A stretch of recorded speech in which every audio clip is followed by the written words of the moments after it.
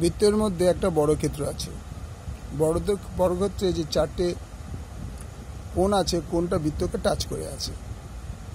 তাহলে ভালো করে খেয়াল করে দেখো, ABCD বর্গক্ষেত্রের বি প্রান্ত বৃত্তের এই মাথায় টাচ করেছে, আর ডি প্রান্ত ও পাশে টাচ করেছে। পরে এ পাশটাও দেখো, এটা এই মাথায় দুটো বৃত্তের গা বরাবর স্পর্শ করে আছে। তাহলে বর্গক্ষেত্রের ও কেন্দ্রীয় বৃত্তের মধ্যে ABCD একটা বর্গক্ষেত্র, ABCD বর্গক্ষেত্র অঙ্কন করা আছে। বৃত্তের বাইরে যে রেখাঙ্কিত অংশ, মানে এই যে দাগগুলো, হ্যাশ লাইনগুলো, এই রেখাঙ্কিত অঞ্চলের ক্ষেত্রফল বার করতে হবে। তো এই অংশগুলি ক্ষেত্রফল বার করতে হবে। যেহেতু বর্গক্ষেত্রের ABCD বিন্দুগুলো বৃত্তকে স্পর্শ করেছে, তাহলে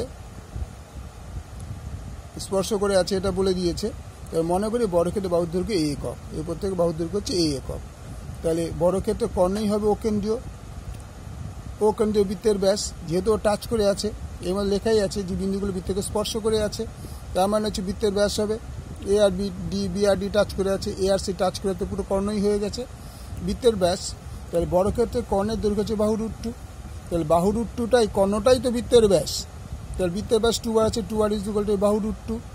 এখান থেকে r = কী হবে, a√2/2।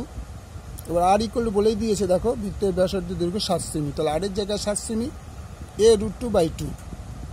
বা ওই যদি ক্রস গুণ করি, এর সঙ্গে একদম ক্রস গুণ যদি করি, তাহলে a√2 = 7 × 14, a = 14/√2।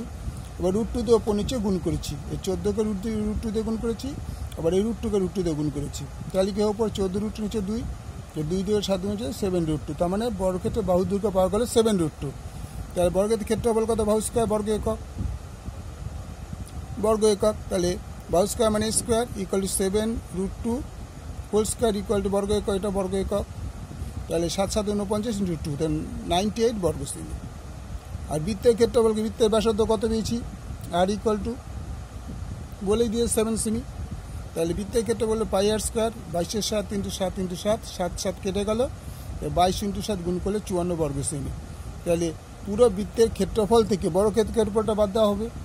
এই পুরো বৃত্তের ক্ষেত্রফলটা থেকে এই বর্গক্ষেত্রের ক্ষেত্রফলটা বাদ দিলাম, তাহলে হ্যাশ লাইনগুলোকে পাওয়া যাবে, রেখাঙ্কিত অঞ্চলে পাওয়া যাবে। রেখাঙ্কিত ক্ষেত্রে ক্ষেত্রফল 54 - 98 = 56 বর্গ সেমি। ঠিক আছে, দেখে নাও অঙ্কটা।